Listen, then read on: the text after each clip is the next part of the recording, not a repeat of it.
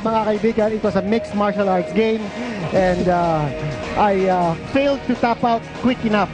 I'm sorry I inflicted pain. I did not know my own strength. I lost to a better man.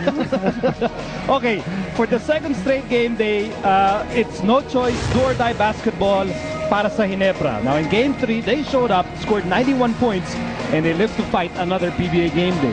Well, you know, this is the type of game that Ginebra likes. A high-scoring game, a game where they score over 90 points. And if you take a look at the record dito sa ating Fiesta Conference, sa lahat po ng mga laro na pinanalo ng Ginebra, they have scored at least 90. So 91 points in game number 3, they won that one. Good afternoon, PBA fans. Welcome to the Contest.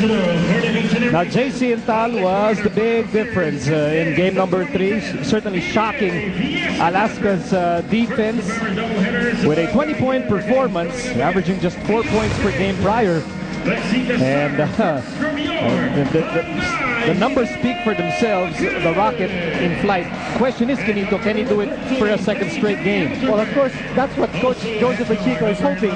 But he made a major adjustment in game number 3, and he strayed from his usual 3-guard lineup to put in JC Intal at the 3 position, alternating with Sunday Salvacion. So that kind of adjustment gave Intal the opportunity to shine. And I think in game number 4, he'll have an opportunity to shine once more.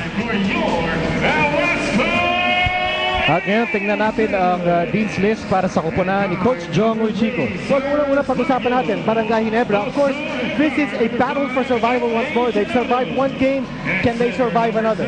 First things first, bench firepower. That has been a big difference for Barangay Ginebra. In game number 3, bench provided 37 points for Ginebra and only 18 points for Alaska.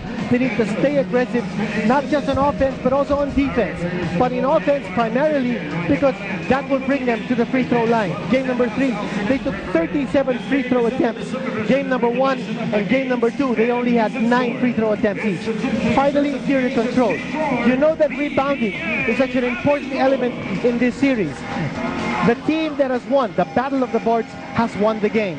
And for Barangay Ginebra, interior control is primary in the consciousness of Coach Joseph Chico. Checking out the primary protagonists for Ginebra, Helterbrand, Miller, Daniels, Tubid, Meg, para sa Alaska, Tenorio, Baguio, Tos, Devans, and the import Diamond Simpson. Well, it's interesting, Nico, that Coach Joseph Chico opting once more for a 3-guard formation to start this game. And he's got Willie Miller, who only played 4 minutes in game number 3, JJ Helterbrand, and Tubit starting at the same time. So a small lineup against the typically big lineup ng Alaska. Here's Simpson.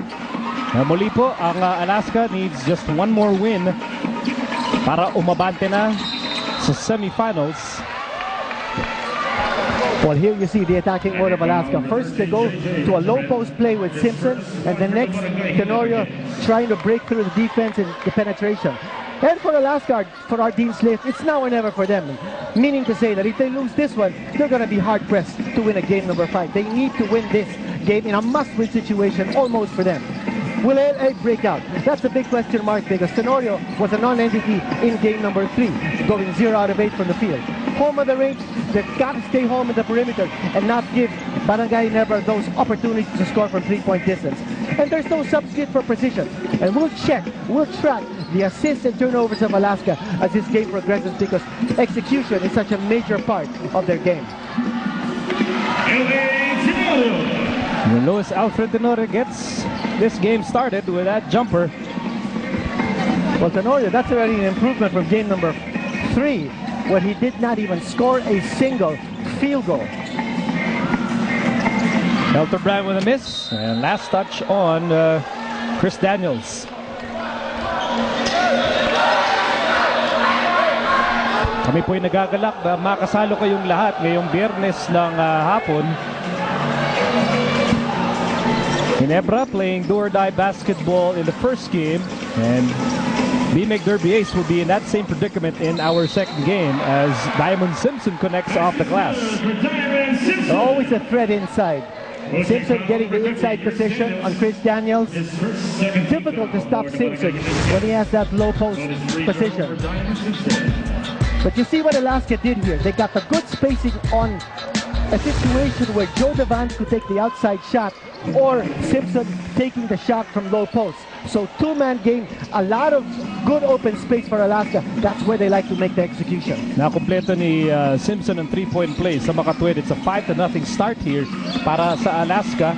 And a miss there by Tubid. Here's Daniels, and he was caught stepping on the line. Let's go to Magoo Marjan.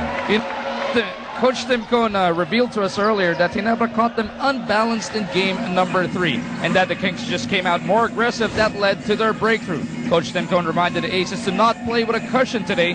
Treat this as a do or die as well. Be physical and be the aggressors. The battle cry for today is no letdowns. Miko? But Tim Cohn realizes that nobody, no team wants to face Ginebra in a game 5 if it's best of 5, in a game 7 if it's best of 7. Oh, that's true. That's the reason why I feel it's a now or never situation for Alaska. Here's Daniels on the move, off the glass, and he will take 2 free throws. A strange situation here for the import, trying to do the finish on a transition situation. Chris Daniels, rather than going strong to the hole and trying to score a layup, opting for the outside shot on a pull-up. Not a good decision on his part. Lucky that he was able to get a foul, and he goes to the line. Remember, he hit 11 out of 11 free throws in game number 3, but he missed his first charity attempt right here. He had 19 points in game 3, helping out Ginebra survive in this best of 5 series. Gusto ng Ginebra maglaro pa. One more game on Sunday. What about 0 out of 2 from Chris Daniels after going 11 out of 11 in game number 3? Boss is bothered taking that shot. Hilterbrand on the move. He steps on the brakes, firing away. Yes, sir. Nice pull-up jumper there by J.J. Hilterbrand. You would expect a guard to be able to do that, not a Chris Daniels. Alaska still on top by 3. And here's Devance. Daniels with the rebound. Almost losing that ball. Tubid to Hilterbrand. Hilterbrand. Miller zigzagging. Outside Tubid. 4-3. In and out. It rattled out para kay Tubid. Meantime, here's Baguio. Baguio fires to Devance. Inside Simpson. Lots of time to shoot. They move that ball around. It ends up with Tenorio. Tenorio goes baseline. Outside he goes. Baguio with a fake. Baguio top of the key. Rebound para kay Meng. 8.5 remaining in the opening quarter. And Miller. It's Miller against Baguio. One of the subplots of this series. Sila nagpalitan ng pwesto earlier in the conference. Now here's Tubid. He'll fire again. And that time it's good. That's a 3. Wide open shot given up by Alaska. That's what we mean when we say that Alaska must be home on the range. That 3-point distance is a favorite range for Barangay Ginebra. Here's Tenorio. He fires the 3. Long rebound. Napulot ni Miller. Miller to Hilterbrand. Hilterbrand to Miller. Now that was a fast to the thriller in the